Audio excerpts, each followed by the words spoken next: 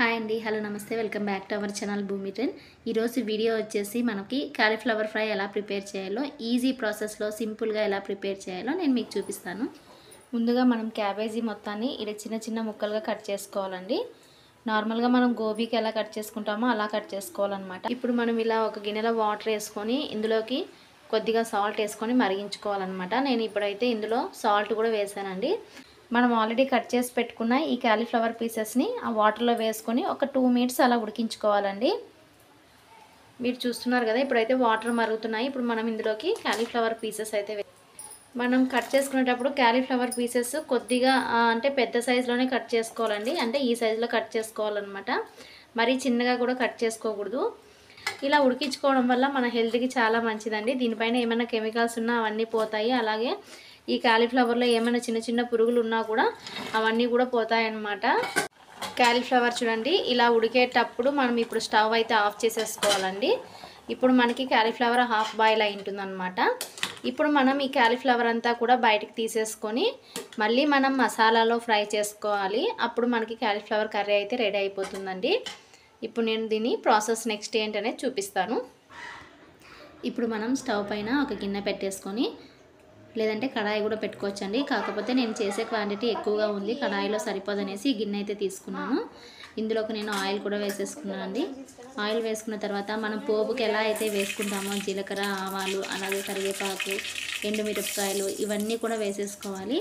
ఇవి కొద్దిగా ఫ్రై అయిన తర్వాత మనం ఇందులోకి ఆనియన్స్ వేసుకోవాలండి. ఆనియన్స్ బాగా ఫ్రై అయిన తర్వాత, అంటే బ్రౌన్ కలర్ వచ్చేంత వరకు ఫ్రై చేయాలండి.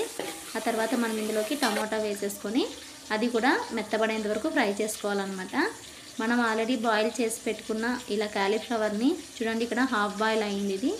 ఈ కాలీఫ్లవర్ని పక్కకు తీసి పెట్టేసుకొని చల్లార్చుకోవాలి.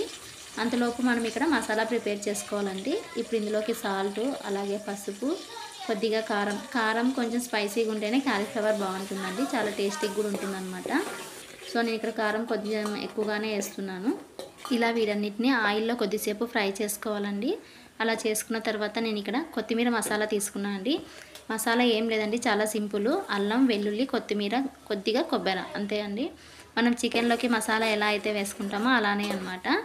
ఇప్పుడు ఈ మసాలా అంతా కూడా ఇందులో వేసేసుకొని బాగా కలిపేసుకోవాలి. మసాలా కొంచెం మెత్తగా వేసుకోవాలండి, ఎందుకంటే మనకి మసాలా పేస్ట్ లాగా ఉంటేనే కాలీఫ్లవర్ మొత్తానికి కూడా పట్టుకుంటుంది.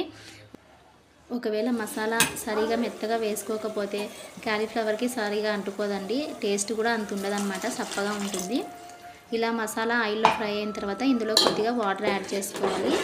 ఇలా వాటర్ యాడ్ చేసుకొని దీన్ని మొత్తాన్ని ఒకసారి ఇలా కలిపేసుకొని మూత పెట్టేసుకోవాలండి. తర్వాత ఇలా మసాలా బాగా ఉడుకుతున్న టైంలో చూడండి, మసాలా అయితే బాగా ఉడుకుతుంది. అప్పుడు మనకి పచ్చి వాసన పోయి మంచి స్మెల్ కూడా వస్తుంటుంది. ఆ టైంలో మనం ఇందులోకి కాలీఫ్లవర్ని అయితే యాడ్ చేసుకోవాలండి. మనం ఎక్కువసేపు దీన్ని ఉడకనియాల్సిన అవసరం లేదు, ఎందుకంటే ఇది ఆల్రెడీ హాఫ్ బాయిల్ అయిపోయింది కదా. సో కాబట్టి మనం జస్ట్ కొద్దిసేపే పడుతుందండి, టైం చాలా తక్కువ తీసుకుంటుంది అనమాట. ఇలా మొత్తాన్ని బాగా కలిపేసుకొని ఒక 2 మినిట్స్ అండి లో ఫ్లేమ్లో పెట్టుకొని బాగా ఇలా ఫ్రై చేసుకోవాలన్నమాట. అప్పుడు మనకి మసాలా అంతా బాగా పట్టుకొని మన కాలీఫ్లవర్ అనేది మంచి టేస్ట్గా ఉంటుంది. చూసారు కదా, మరి చాలా ఈజీ ప్రాసెస్. మీరు కూడా తప్పకుండా ట్రై చేయండి. ట్రై చేసి ఎలా వచ్చిందో నాకు కామెంట్ చేయండి. Thanks for watching.